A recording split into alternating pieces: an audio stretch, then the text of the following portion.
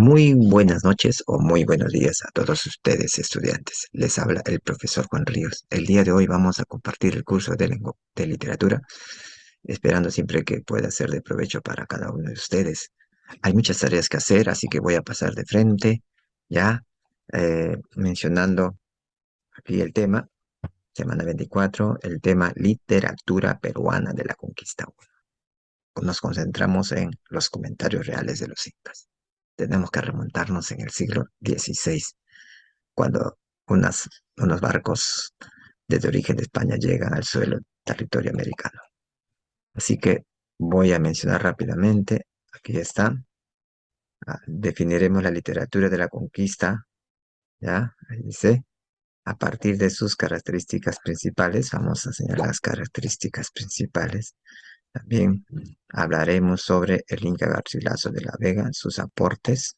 Hoy es el Inca Garcilaso de la Vega y también analizaremos comentarios reales de los incas a través de fragmentos. ¿Qué está ocurriendo? Antes de la llegada de los europeos en el suelo americano, en todo el vasto Tahuantinsuyo había una cultura, la cultura incaica. Esta cultura era rica en manifestaciones artísticas, líricas, así que vamos a recordar la literatura prehispánica, por ejemplo. Como característica era ágrafa.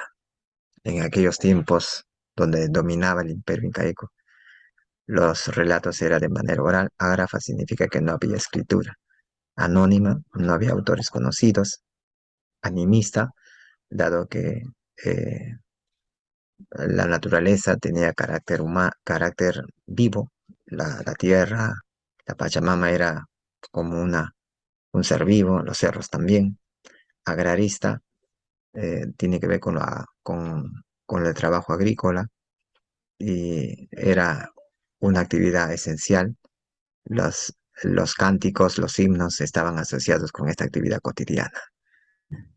Bien, entonces estas son algunas características, ya hasta que llega la cultura europea a través de los españoles y cambia drásticamente.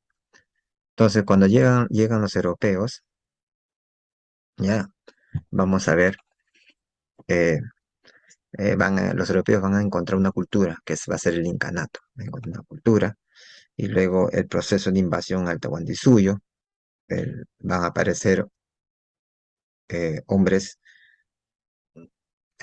interesados en narrar o describir el nuevo mundo, los sucesos que están realizando los conquistadores, cómo van dominando, conquistando, matando a los nativos, la invasión. Ahí están. Acá están los españoles, por ejemplo. Los españoles están ya frente a Atahualpa. Las guerras civiles entre los conquistadores también. Hay que recordar que una vez conquistada, dominado el Tahuantinsuyo, los vencedores, conquistadores españoles, van a librar guerras cruentas. Entre ellos se van a matar por el poder, por las riquezas. Y eso va a estar narrado, va a estar fijado, narrado, ya en las crónicas. Entonces, esto está pasando. Es en ese contexto de guerras civiles de españoles donde aparecen las obras llamadas crónicas. Ahí está. Ahí está justamente la imagen donde los pizarros y los pizarros y almagristas están enfrentándose cruentamente. Bien, estamos hablando de una nueva naturaleza, la literatura de la conquista como escenario, hay un nuevo mundo, una nueva naturaleza, una nueva fauna, ¿ya? Y llega Colón, llega la cultura, llega la cruz, llega la religión católica, llega la cultura europea, la escritura, que hasta Cristóbal Colón. También vamos a tener allí la conquista. Atahualpa va a ser capturado. Atahualpa es apresado por los conquistadores españoles. Todo esto va a estar narrado ya a través de la escritura. Es el primer periodo literario en el cual llegan los españoles e imponen el castellano y se inicia el proceso de la transculturación. Transculturación significa el encuentro, choque, cruce de dos culturas. Los conquistadores registraron los primeros testimonios literarios a través de las crónicas y cartas en los cuales se expresan su asombro y su prejuicio con la población nativa.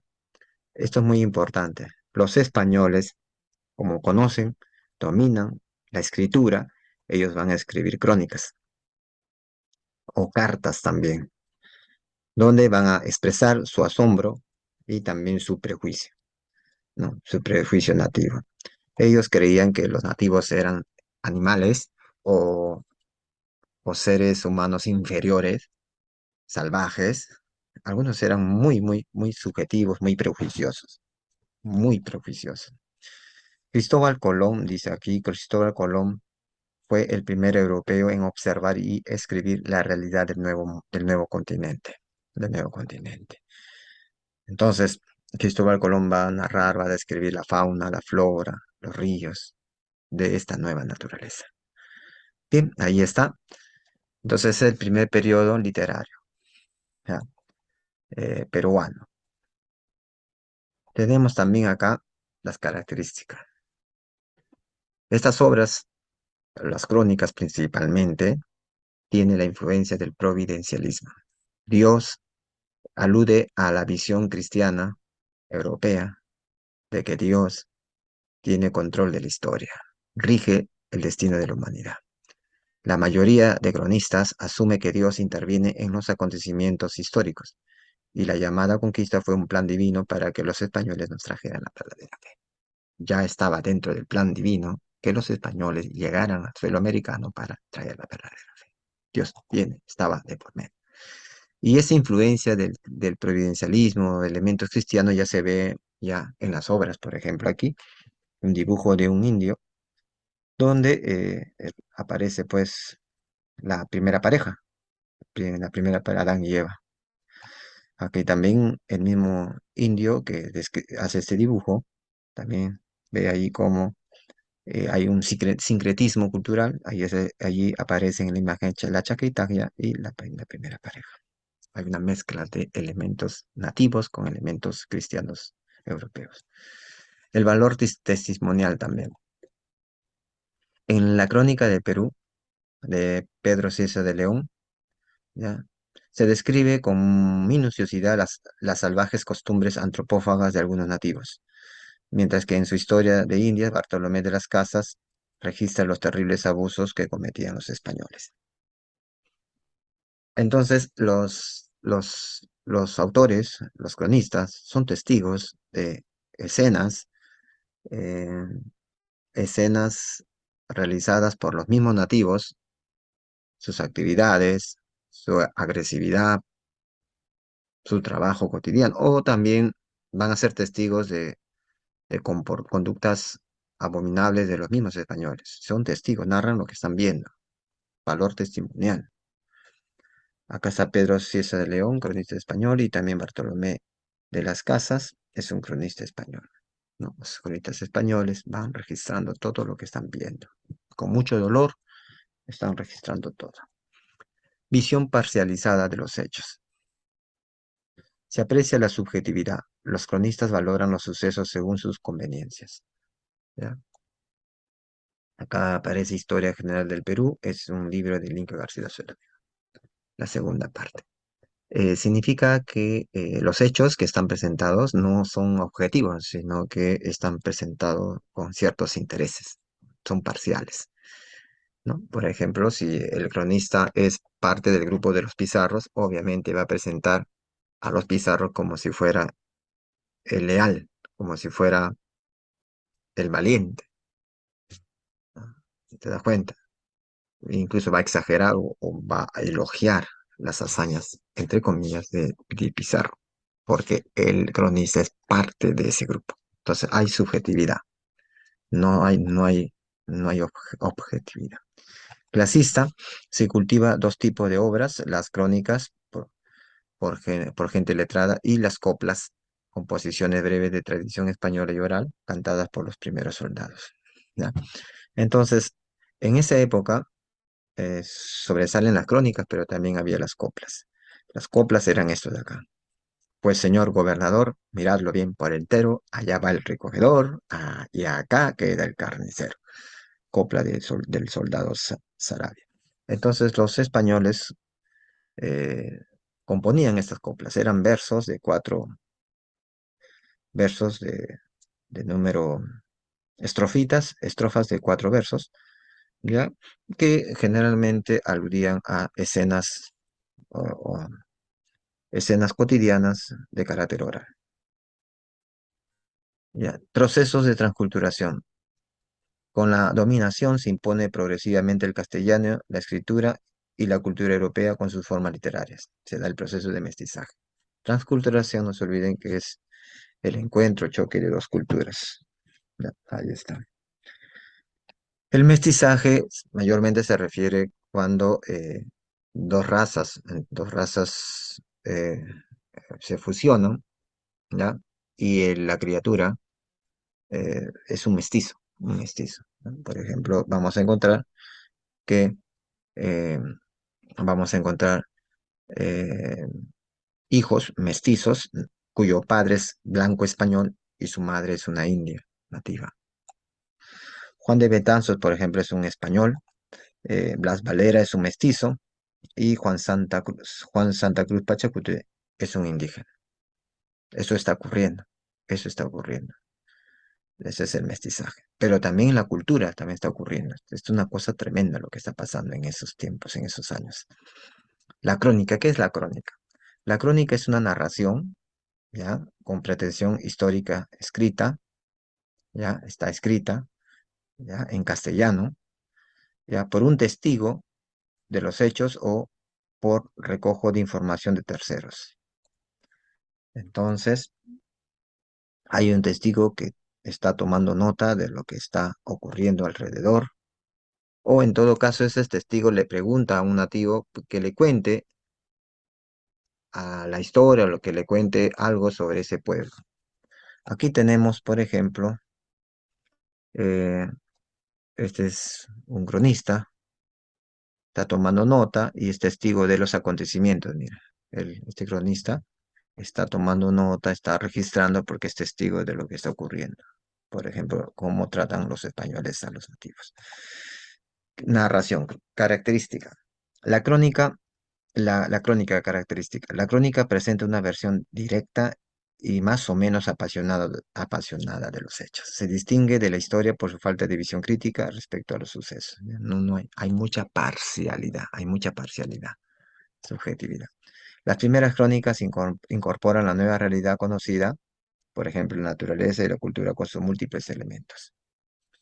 Las primeras crónicas reflejan el asombro de los autores europeos ante una naturaleza distinta, unos animales diferentes, una majestuosidad de belleza, los árboles grandes, enormes, los ríos enormes, no son como España, es un riachuelito.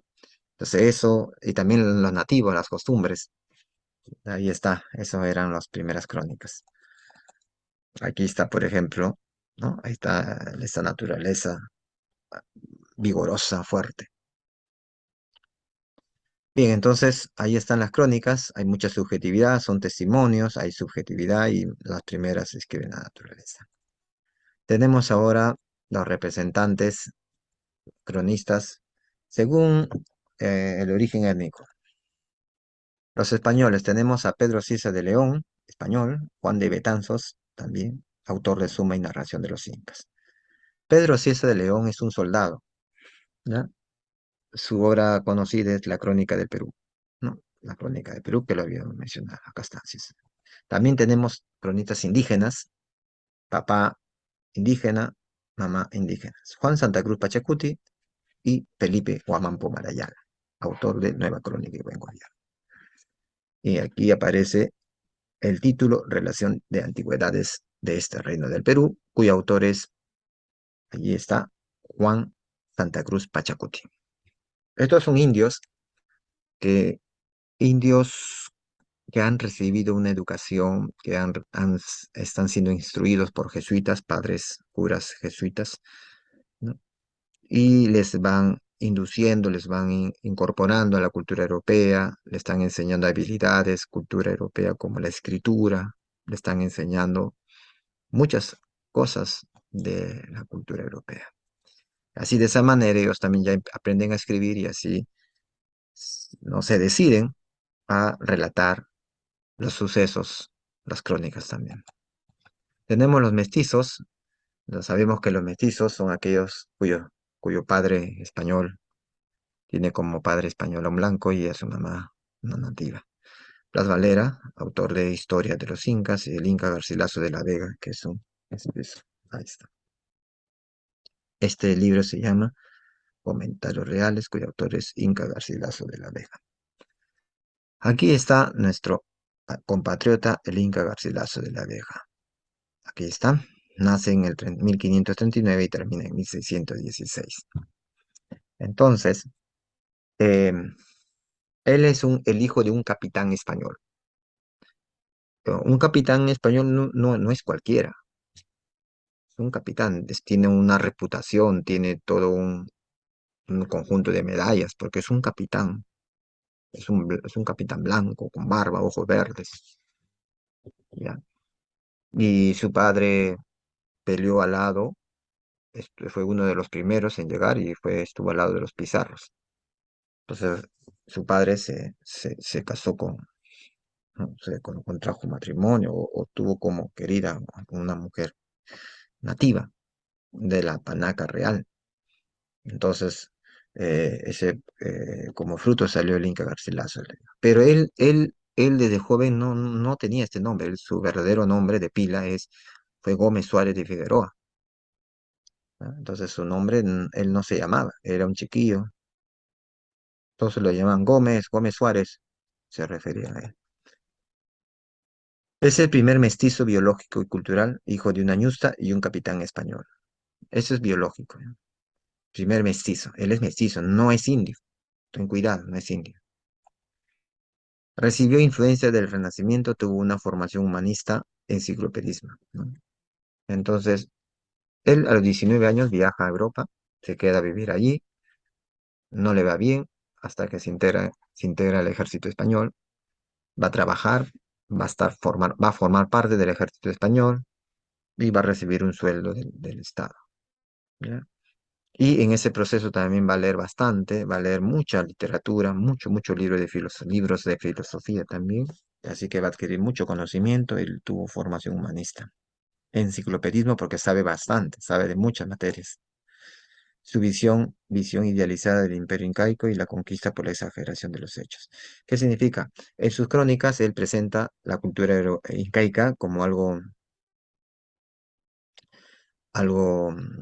vamos a decir, muy elevado, bastante ideal, casi perfecto, donde había justicia, etcétera, etcétera.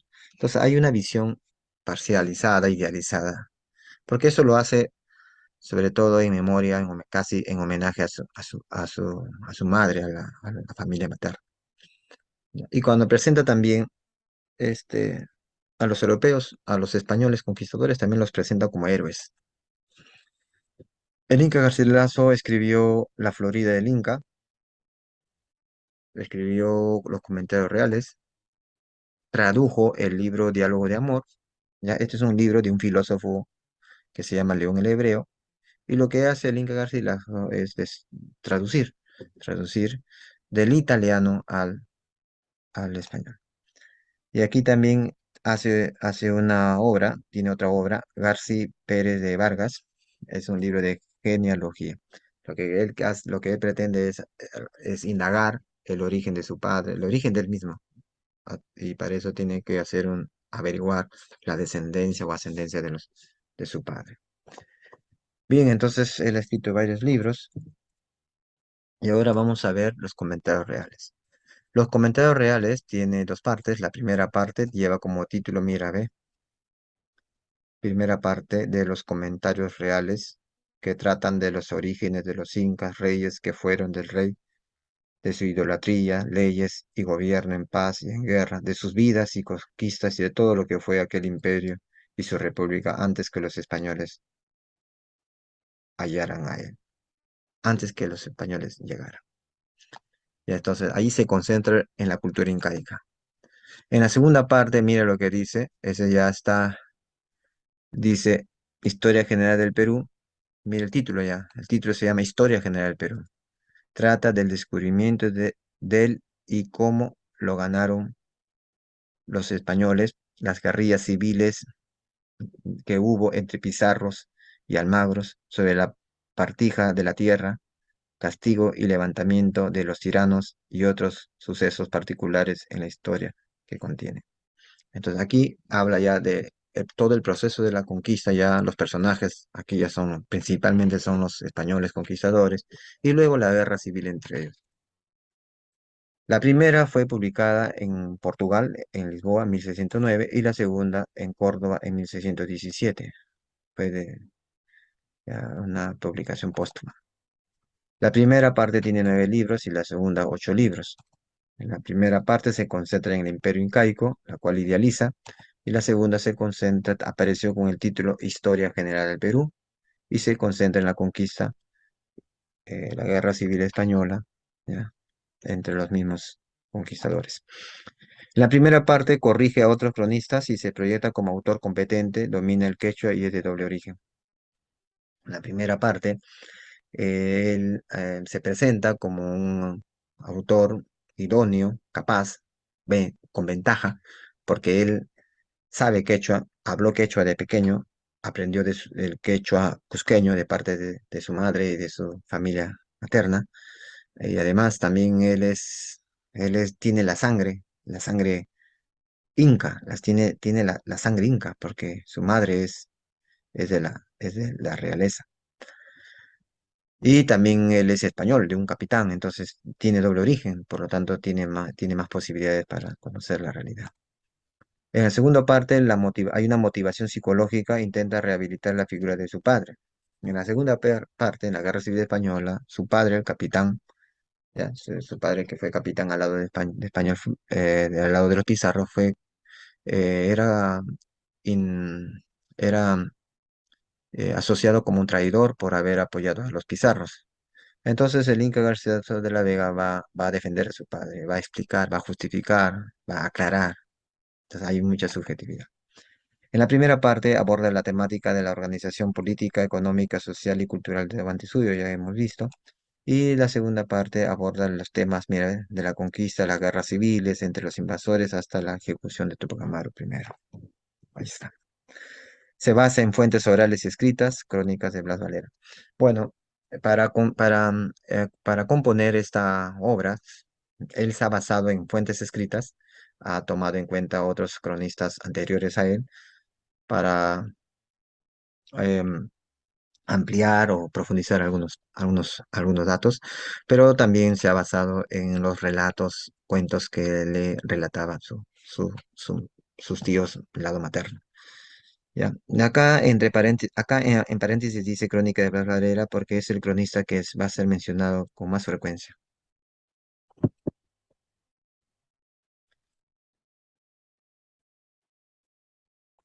Rasgos de comentarios reales de los incas. Garcilaso busca armonizar las dos culturas en su obra, por ello es considerado el primer mestizo biológico y cultural del Perú. Él busca armonizar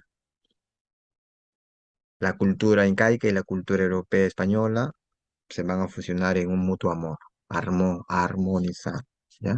No, no, eso también.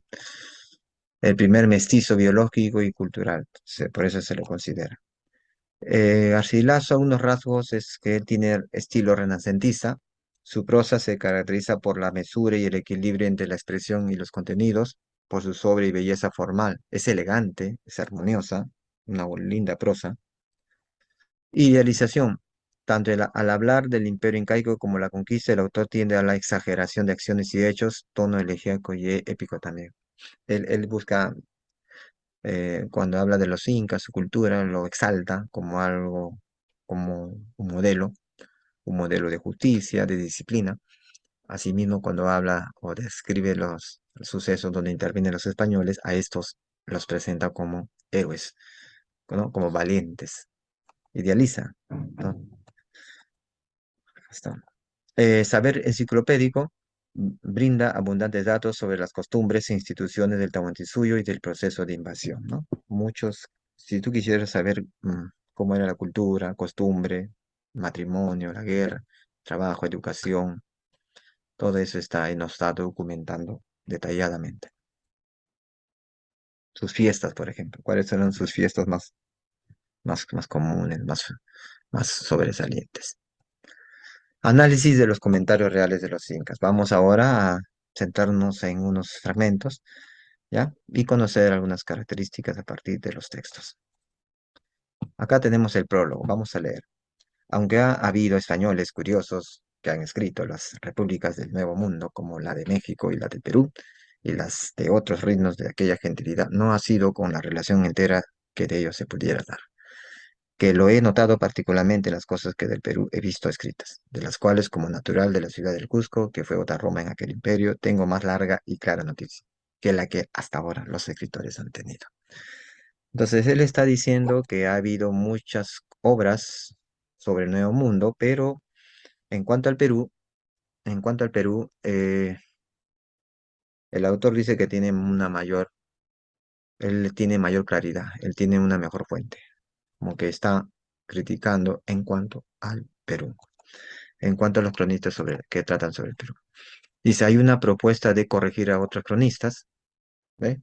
Aunque ha habido españoles, hay referencia a su origen inca, como natural de la ciudad del Cusco. Claro, natural significa que él es autóctono, él es nativo, ¿no? El Inca Garcilaso de la Vega, él no viene de Europa, no viene de España, sino que él es nativo, él nació acá, su madre es nativa, es una ñusta, y por lo tanto tiene una mayor autoridad para hablar sobre la cultura nativa.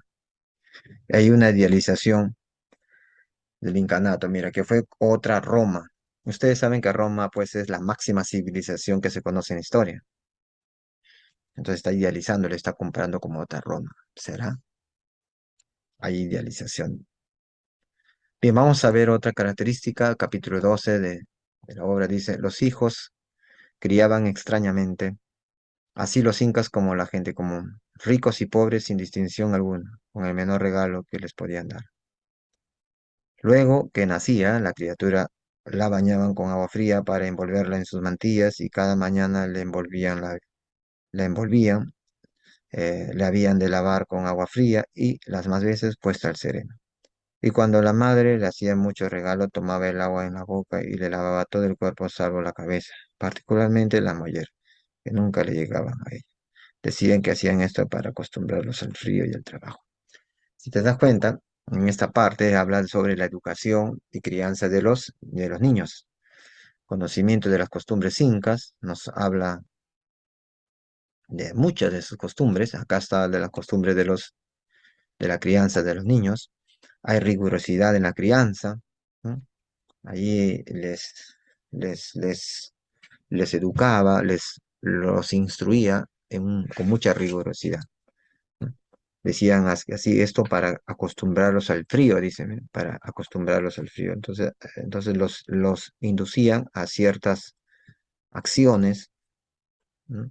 Para, eh, mira, incluso le lavaban con agua fría, mira, con agua fría en la sierra, imagínate, ¿no? ¿Para qué? Para que se vayan acostumbrando al frío, ¿ya? Al trabajo también, mucho rigor. Otro texto dice aquí, lo que decimos que salieron los primeros incas de la laguna Titicaca, lo dice también Francisco López de Gómara en la General Historia de los Indios. También lo dice Agustín de Zárate y el muy venerable padre Joseph de Acosta, Santa Compañía de Jesús. Lo dice asimismo en el libro famoso que compuso de la filosofía natural y moral del Nuevo Orden. De manera que no decimos cosas nuevas, sino que como indio natural de aquella tierra, ampliamos y extendemos con la propia relación la que los historiadores españoles como extranjeros acortaron, por no saber la propiedad de la lengua ni haber mamado en la leche aquestas fábulas y verdades como yo las mamé. Aquí hay un pequeño detalle, ¿no? Entonces ahí hay una comparación, por un lado menciona al inicio a los autores españoles y al final él dice que eh, tiene un mayor conocimiento porque conoce la lengua, el quechua. Se basa en la información de otros cronistas, es cierto. Acá se menciona tres. Ya esa es una referencia bibliográfica. Y abajo dice, muestra su conocimiento lingüístico de la lengua quechua y la tradición oral. Claro, es un autor competente, ¿ya? Él supera, aventaja a los otros que son españoles porque conoce la lengua quechua, pues imagínate, es como de repente tú vas a hablar de Shakespeare, ¿no? Y de repente tus compañeros todos han leído a Shakespeare en castellano, pero como tú dominas el inglés, tú lo has leído en su obra original. Tú lees, entiendes, percibes la musicalidad del inglés. Esa es otra cosa. Estás en ventaja porque domina la lengua del inglés. Aquí también nuestro querido amigo y compatriota Linca Garcilaso de la Vega, pues conocía muy bien el quechua. Vamos a leer la última diapositiva. Oh, nombre y genealogía de Pizarros, cuánto te deben todas las naciones del mundo viejo por las grandes riquezas que del mundo nuevo les has dado. Y cuánto más te deben aquellos dos imperios peruanos y mexicanos por tus dos hijos, Hernando Cortés Pizarro y Francisco Pizarro, y lo demás sus hermanos Hernando Pizarro y Juan Pizarro y Gonzalo Pizarro, los cuales mediante sus grandes trabajos e increíbles hazañas les quitaron las infernales tinieblas en que morían y les dieron la luz evangélica en que hoy viven. Definitivamente es una obra claramente apasionada, muy subjetiva, donde elogia a los Pizarros. Ustedes saben que, mira, vamos a ver qué dice acá. Tono épico y subjetividad dramática y elegíaca, ¿ya? Porque elogia y dice que, ¿no? Grandes riquezas nos han dejado los Pizarros, han dejado, por las grandes riquezas que ha dado, que el nuevo mundo les ha dado. Y también menciona sus muertes, ¿no? Como una tragedia. Entonces, ustedes saben que el profesor de historia, cuando describe el papel que cumplió en el proceso de la conquista, cuando describe el papel que cumplió Francisco Pizarro, no te presenta como algo grandioso, un héroe, ¿no? Entonces, la historia tiene otro objetivo. En cambio, aquí, el cronista Linca García de la Vega elogia, mira. Providencialismo también,